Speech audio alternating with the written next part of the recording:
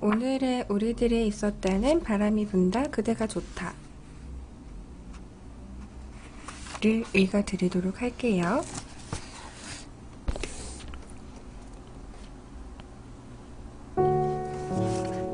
그날의 쓸쓸함.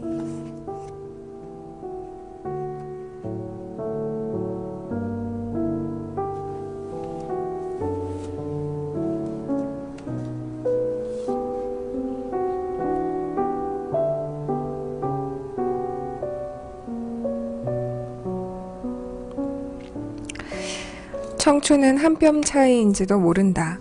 모두가 그 한 뼘 차이 때문인지도 모른다.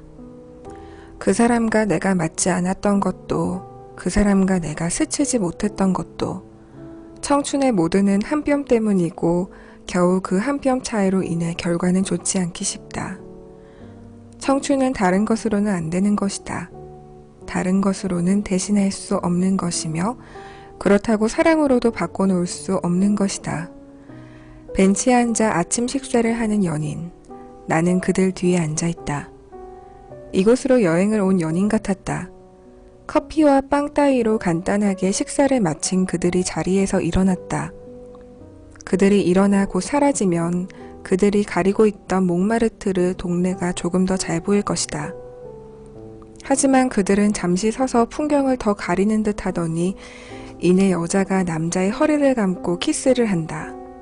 어머, 헌데 남자가 별 반응이 없다.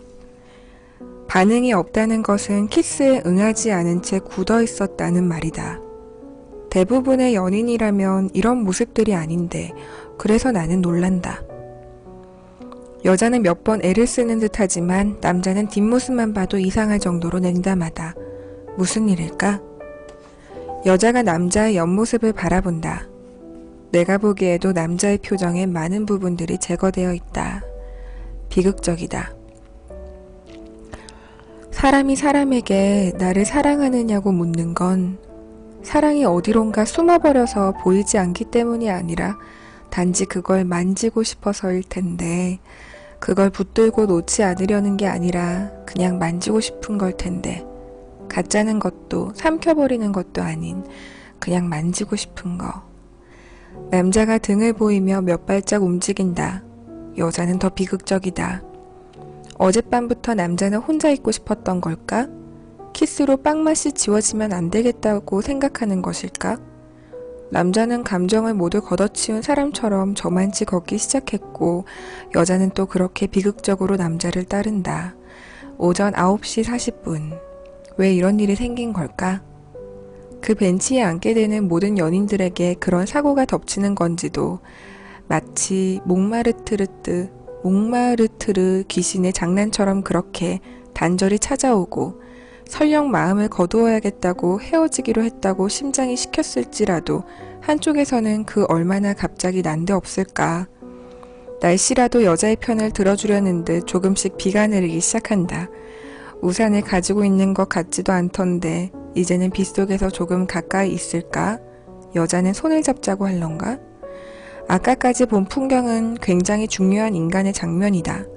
버린다고 해서 버려지지 않는, 잘 말린다고 해서 마르지도 않는 그런 인간의 인간적인 단면인 것이다. 그 단면에 얼굴을 들이밀고 도대체 왜 그러느냐고 묻지 말아라. 그 단면은 감정의 단면이 아니라 우주의 단면이라 어떤 대답도 할 수 없는 것이다. 그 단면은 비상한 세포덩어리이기도 하여서 인간의 범주 바깥에 있다. 사랑은 사람이 하는 일 같지만 세포가 하는 일이다. 누군가를 좋아하게 되는 것도 그 사람이 내뿜는 향기와 공기, 그리고 기운들에 불쑥불쑥 반응하는 것이지 않던가. 사랑은 그래서 일방적인 감정으로만 구성되어 있지 않은가. 사랑의 그림을 보는 건 공짜지만 사랑이라는 그림을 가지는 건 그렇지 않다. 사랑을 받았다면 모든 걸 비워야 할 때가 온다. 사랑을 할 때도 마찬가지. 그래서 우리는 그들을 더 이상 계속할 수가 없는 것일까? 그래서 그 가슴 뛰게 잎을 틔우던 싹들은 가벼운 바람에도 시들고 마는 걸까? 지금 사랑하고 있는 사람은 넘쳐 보이지만 지금 당장 사랑하지 않는 사람은 금이가 보인다. 넘치는 것은 사랑 때문이며 금이 간 것도 사랑 때문일 텐데 그 차이는 적도와 북극만큼의 거리이다. 나는 노트에다 그날의 쓸쓸한 장면에 대해서 이렇게 적었다.